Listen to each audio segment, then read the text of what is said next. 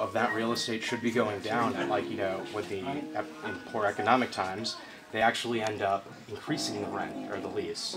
And so all of these stores, like you're saying, get shut down because you know, the market is manipulated in that you know, that market is manipulated in such a way where it is, you know, where you know, it becomes, you know, you would think that it would go down in value as, you know, as the economy gets, you know, decimated, but the opposite happens. So then what happens? Then Citibank decides to buy that spot that used to be the grocery store. Highest, you know. Yeah, and then you have, you know, Citibank across from Starbucks, across from a Dwayne Reed. You know? Right.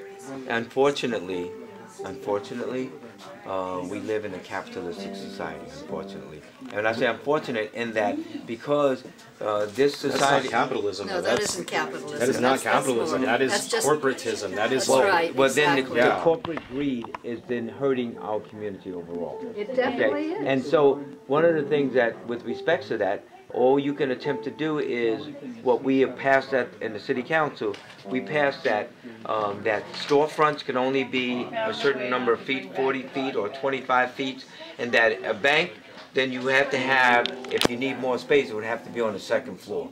And in essence, not taking up a huge a ground floor space. That's a compromise, though. But you shouldn't compromise on that. Then tell me what you do. What you do is that, okay, so one of the biggest issues, like if you go to, like, you know, just tell me any what other you do place, with the if you go to like a you know, like a small town or something, or if you go to a medium-sized city, stores, the real estate of a store is owned by the people running the store. And that's what it was here at one time. Yeah, and I mean, you know, there has to be some sort of a setup where we can go back to that. So we can go back to some sort of, like, you know, concept of reality when it comes to small business, when it comes to, you know, like just, you know, neighborhoods. Sure, like you have your local shoe repairman or person, or you have local stores that sell cheese and stuff like that. That's an ideal situation, but quite frankly, like it could be a store that sells whatever. But sure. I mean, it's that they own their own.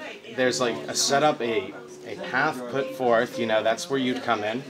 To to have these people, you know, to make a way so that these people own the property that their store is located at. I don't think that anyone disagrees with you at all. I've never heard anybody else propose that. I think that what people, myself and others, attempt to do is to protect the small business owners that are in place right now. That's what we attempt to do in order to fight against those that want to not renew their lease and then sell their rights as an owner, their storefronts, to Citibank or Chase Manhattan Bank or Dwayne Reed or whatever it is like that. And quite frankly, under the law, all we can attempt to do is to put zoning laws in place. So, for example, which we approve, limiting the amount of frontage that anyone can have. And that will bring about smaller parcels of stores, so owners possibly can afford the rent to run a small business.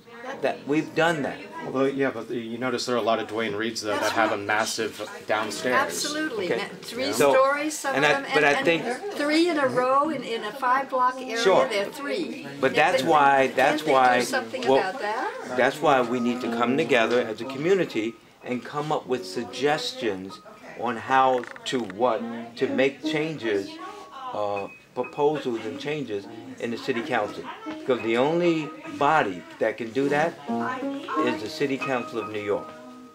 And that's what we've done in the city council to try to protect small businesses. Have we gone the total distance? No, we haven't. But there are compromises that take place along the way. Compromises that take place along the way to, you know, but it's always a compromise. It's always a compromise for the wrong ends. It's always a compromise. You know, we let me just tell you, closer and closer and closer to. Let me tell you what I said about the sick leave bill. Because one of my colleagues said that we voted down because we could get the entire thing. And I said to him that realistically, when you're involved in negotiations and that sick leave bill has been pending for 4 years, a half a loaf of bread is better than nothing at all. And that's, people can talk the talk. Let me finish. Let me finish making a point. Let me finish making the point. On this issue, though, no, hold on. No.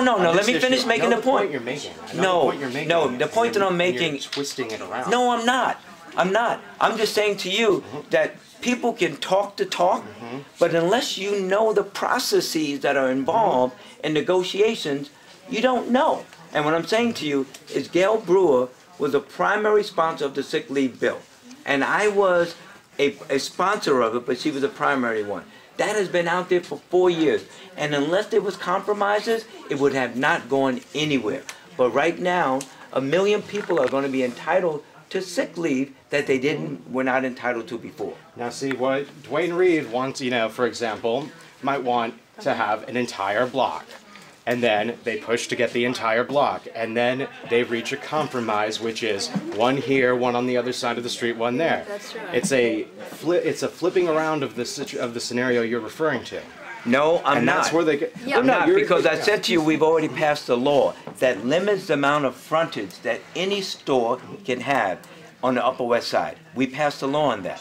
No more than Does it limit 6 the months amount ago. of the same store that can be on one block? Excuse me, council member, you have a young person. I mean, if you wanna we can continue go on and information. on, but the bottom line is that you I give think me- that, 'cause you're you gonna know, post this what you tomorrow. want is an ideal situation, and quite frankly, and let me be quite real with you, the ideal situation is not going to happen. And I'm trying to What's the be, point of a borough, like a borough the president? borough What's the point president, of any of this? the point of a if you're borough saying that president, nothing can get fixed. no, I didn't say that. You said that. What I said to you is you want the ideal situation. It's not And for- ideal just to No, ask no. for a neighborhood. No, that's different. That's different. What I've said is that as a borough president, the borough president is a primary advocate for the borough against those that are trying to take it over.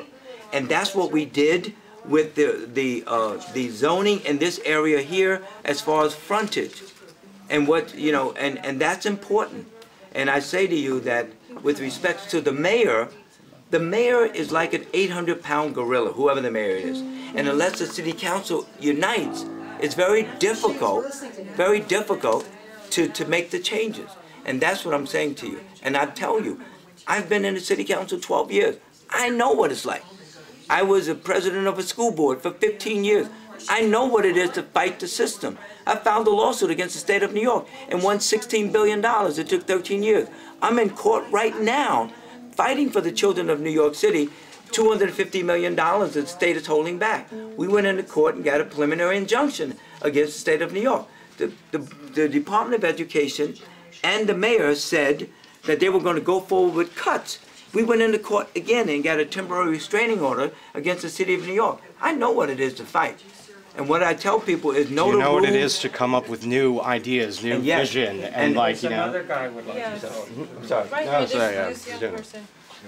Robert, he's That's gonna- whatever. Yeah. Anyway, right.